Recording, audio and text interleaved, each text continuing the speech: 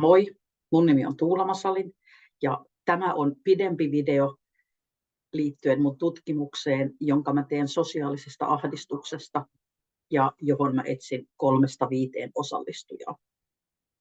Ja tämä video kestää reilu 10 minuuttia ja mä näytän tässä slideja ja mä höpöttelen siellä taustalla sitten. Ja mä laitan näytönjaon päälle.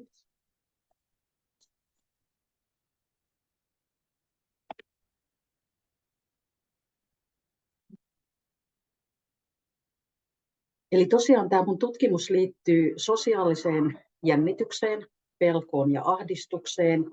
Ja tässä videossa mä puhun sosiaalisesta ahdistuksesta, mikä pitää sitten sisällään myös nämä muut tunteet. Ja tässä videossani mä lyhyesti kerron itsestäni ja mitä tämä sosiaalinen ahdistus on, miten sen tunnistaa, mitä siitä seuraa. Ja mä avaan tätä tutkimuksen viitekehystä ja termejä.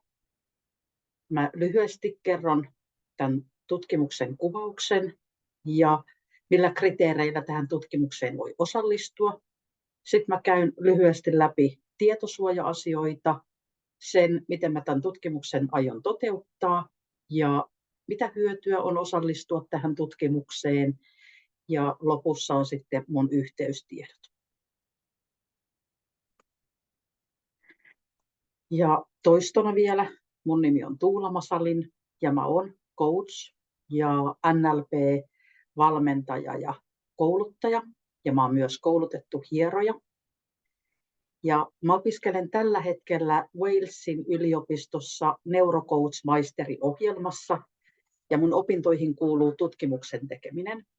Ja mä teen tämän tutkimuksen nimenomaan tähän mun valmentajan ja coachin työhön liittyen.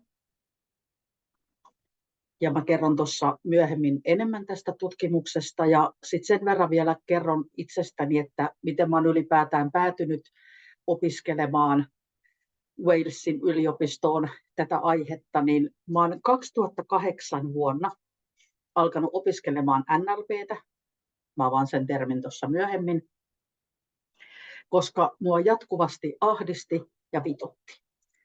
Ja mä koin, että se mun huono olo johtuu ulkoisista tekijöistä, eli muista ihmisistä, työpaikasta, säästä, mistä tahansa. Ja sitten koska se riippui ulkoisista tekijöistä, niin mä voin vaikuttaa siihen. Ja se vaan niin kuin lisäsi sitä mun raivoa ja pahaa oloa. Ja NLP-koulutuksessa mä opin sen, että okei, miten se mun oma kokemus rakentuu ja millä tavalla mä voin itse vaikuttaa siihen mun oman oloon. Ja se oli mulle semmoinen niin wow-kokemus, mikä on saanut mua jatkamaan näitä mun opintoja tähän päivään asti. Ja miten se tunnistaa, että onko itsellä sitä sosiaalista ahdistusta, niin sosiaaliset tilanteet vieraiden ihmisten kanssa, uusien ihmisten kanssa jännittää, pelottaa, ahdistaa.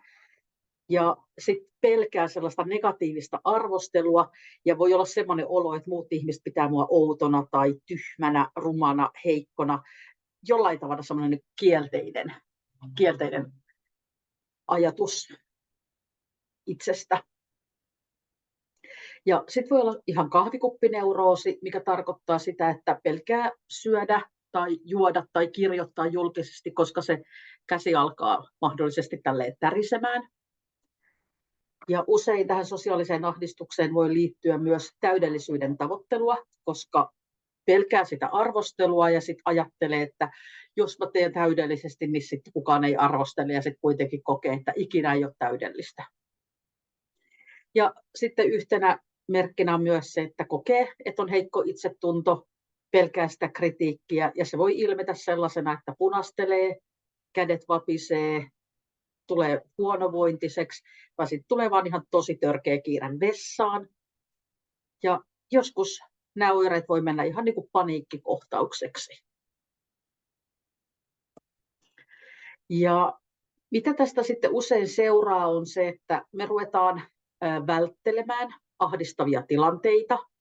ja meitä alkaa jo etukäteen jännittämään sosiaaliset tilanteet, ja tämä voi heikentää meidän elämänlaatua, koska me vältellään tilanteita, me rajoitetaan sitä meidän omaa elämää, niin se ei ole välttämättä hyvä juttu.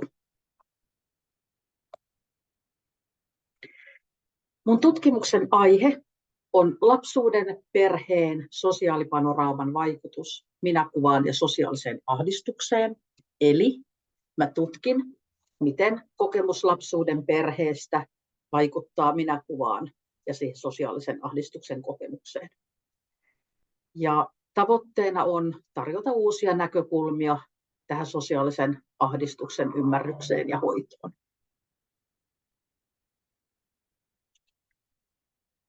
Ja tutkimuksen viitekehyksenä käytetään NLP:tä ja sosiaalipanoraamaa, ja nämä termit mä avaan seuraavassa slaidissa.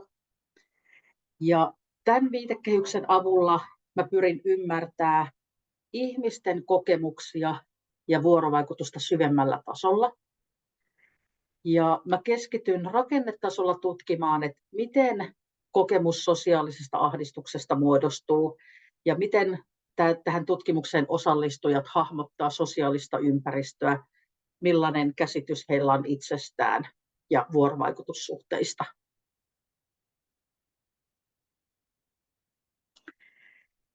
Ja NLP tulee sanoista Neuro-Linguistic Programming, ja neuro viittaa meidän aisti- ja hermojärjestelmään, eli siihen meidän mielessä ja kehossa tapahtuvaan tiedon käsittelyyn. Ja linguistic viittaa kieleen, kielen rakenteisiin, ja ihan yksinkertaisesti se, että se miten me puhutaan itsellemme, toisille ihmisille, millaisia sanoja me käytetään, niin se vaikuttaa siihen meidän kokemukseen. Ja programming viittaa toimintatapoihin ja malleihin, ja sen voi ajatella, että me ollaan jo ihan lapsuudesta saakka opittu tiettyjä tapoja ajatella, toimia, tuntea, ja ne on meillä niin itsestään selviä, että me saatetaan edelleen toimia ja ajatella, reagoida sen mukaisesti. Ja sitten NLP:ssä on paljon keinoja, miten niitä voi halutessaan muuttaa. Ja mä oon tähän yksinkertaistanut, että NLP on malli ja joukko menetelmiä, jotka auttaa lisäämään meidän ymmärrystä siitä, että miten meidän mieli, kieli ja keho vaikuttaa meidän omaan kokemukseen ja meidän toimintaan. Ja NLP:ssä tutkitaan subjektiivista eli henkilökohtaista kokemusta. Ja sitten sosiaalipanoraama, niin tämä sosiaalipanoraama-malli on NLP-viitekehykseen sovellettua sosiaalipsykologiaa, ja tämän avulla me voidaan tutkia tiedostamattomia malleja, jotka me ollaan luotu meidän mieleen sosiaalisista suhteista.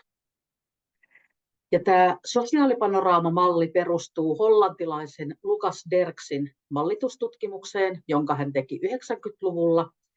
Ja hänen mukaansa me mielletään meidän ihmissuhteet tiedostamattomasti kolmiulotteisena karttana. Eli me yksinkertaistetaan elävät ihmiset mielikuviksi ihmisistä. Tässä mallissa niitä kutsutaan henkilöitymiksi. Ja tämä yksinkertaistaminen auttaa meitä toimimaan sosiaalisessa maailmassa. Ja mä annan tästä vielä vaikka esimerkin. Voi olla, että jännittää mennä kauppaan tai kouluun tai hoitamaan asioita. Ja silloin se omassa mielessä oleva sosiaalipanoraama voi olla esimerkiksi sellainen, että kokee, että kaikki muut ihmiset tuijottaa sua. Voi kokea, että muut ihmiset on isompia, niitä silmät voi oikein pullottaa päässä. Ja ei ihmekään, jos tulee vähän sellainen ahdistunut olo. Ja sitten tässä sosiaalipanoraamamallissa on erilaisia keinoja, millä tätä mielikuvaa voidaan muuttaa sillä tavalla, että voi taas hengittää ja sinne kauppaankin on mukavampi mennä.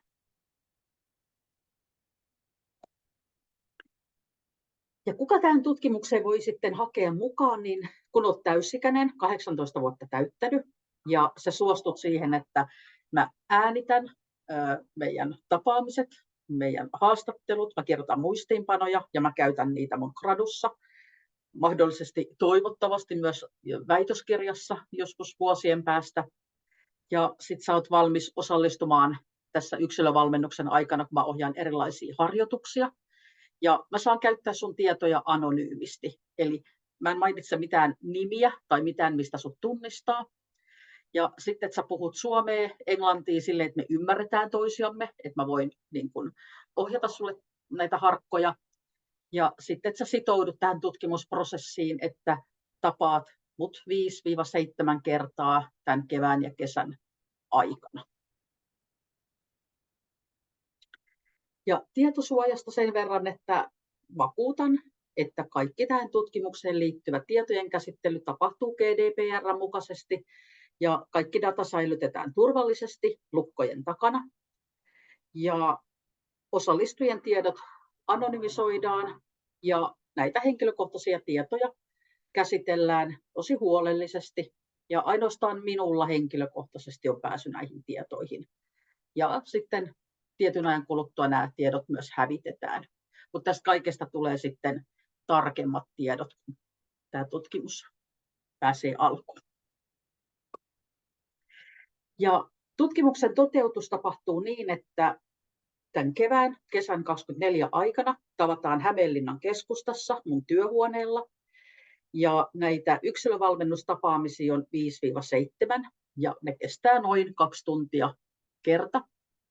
Ja jos olet kiinnostunut osallistumaan tähän tutkimukseen tai haluat lisätietoa, niin olen muuhun yhteydessä perjantai 10.5. mennessä. Ja nyt voi olla, että joko se, että mä en tiedä mitä mä kirjoitan tai mitä mä sanon tai jännittää ihan hirveästi, niin sitten voi riittää, että laittaa viestin, että hei, on kiinnostunut osallistua tutkimukseen tai sitten voi kysyä jotain. Ja sitten kun siellä on sun yhteystiedot, niin mä saan olla sitten sinuun päin yhteydessä. No mitä sitten on hyötyä osallistua tällaiseen tutkimukseen? No itsetuntemus ja itsensä ymmärtäminen lisääntyy ja just se, että ymmärrys siitä, että miten se oma sosiaalisen ahdistuksen kokemus rakentuu ja millä tavalla siihen voi vaikuttaa. Ja on mahdollista, että tämän tutkimuksen aikana se oma sosiaalinen ahdistus lievenee. Mä en lupaa, mutta se on mahdollista. Ja sitten saa tietysti sen 5-7 kertaa maksutonta henkilökohtaista valmennusta tähän aiheeseen liittyen.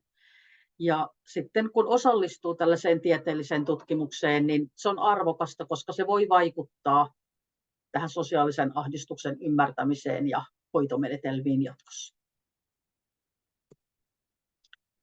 Kiitos, että sä katsoit tämän videon.